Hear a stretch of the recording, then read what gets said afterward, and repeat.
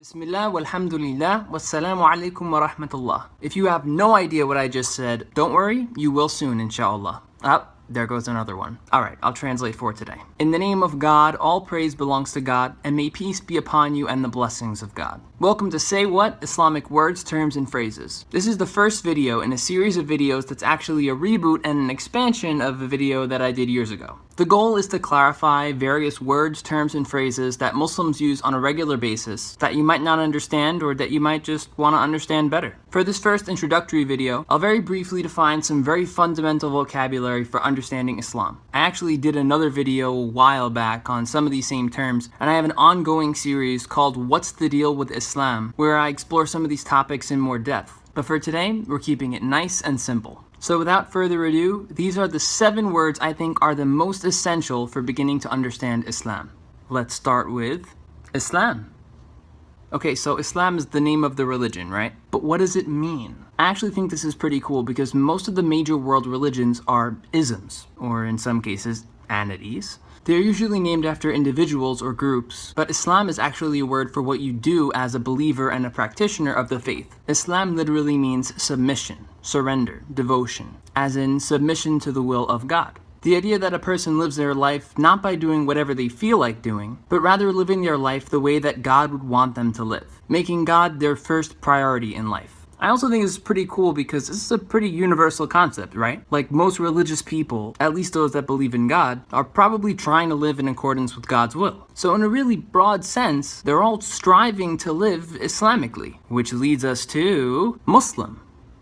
Muslim is just the word for someone who practices Islam. For some reason, I've noticed some people have a really hard time with this. Like they'll call Muslims Islamics or call Islam Muslimism or something. I've even been asked, are you Islam or are you Muslim? As if they're two different things. I think people get mixed up because they start with a different letter. So let's keep it simple. In English, when we talk about someone doing an action, we add ER at the end of the word, like worker, helper, submitter. In Arabic, instead of calling someone an Islam-er, the vowels change a bit and you add an M in the front. So someone who does Islam is a Muslim. Simple as that. Actually, it's a little more complicated, but we don't have time for grammar because next up is Allah. So this one's easy. Allah is the Arabic word for God. That's it. If you want to know more about Allah, you can check out some short videos I made from my What's the Deal with Islam series. But suffice it to say that every language has a word for God, and in Arabic, that word is Allah.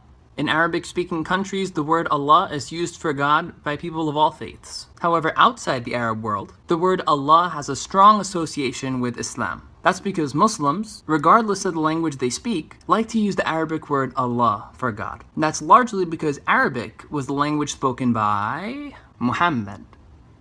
Muhammad, peace be upon him, is the prophet of Islam, or I should say, a prophet of Islam. Muslims believe in many prophets of the past, going all the way back to Adam, peace be upon him. A prophet is someone chosen by God to speak to people on God's behalf. So Muslims see Muhammad, peace be upon him, the way that Christians and especially Jews see Moses, peace be upon him, who, by the way, also happens to be a prophet of Islam. Muslims only worship God, so we don't pray to Prophet Muhammad, peace be upon him, or see him as a divine figure in any way. He isn't elevated in the way that Christians elevate Jesus, peace be upon him, who, by the way, also happens to be a prophet of Islam. So Prophet Muhammad, peace be upon him, is definitely not considered to be part of God or the son of God or anything like that. He is the last prophet and the final messenger sent to humanity, and he was sent with the Quran.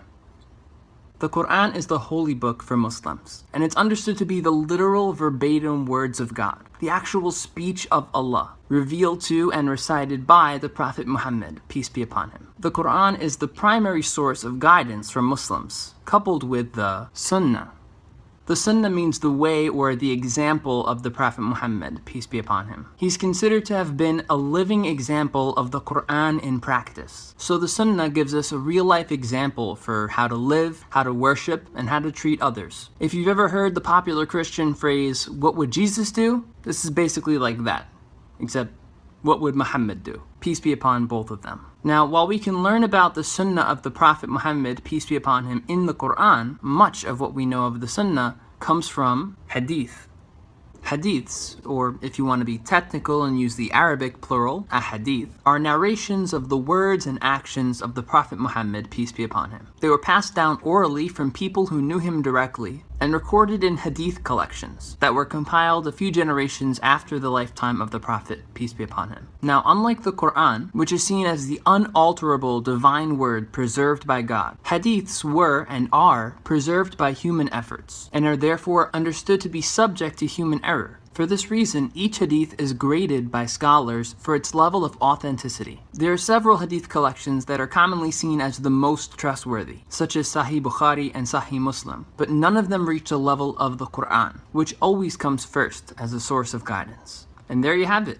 You now have a handle on some of the most essential and foundational terminology for understanding and discussing Islam. But of course, we're just scratching the surface. And in the rest of this continuous series, we'll learn and examine a variety of words, terms, and phrases so you can increase your Islamic literacy and thereby gain the tools for unlocking Islamic knowledge, inshallah. Don't worry, we'll get to that one eventually. Inshallah. Until then, never stop learning. Peace out.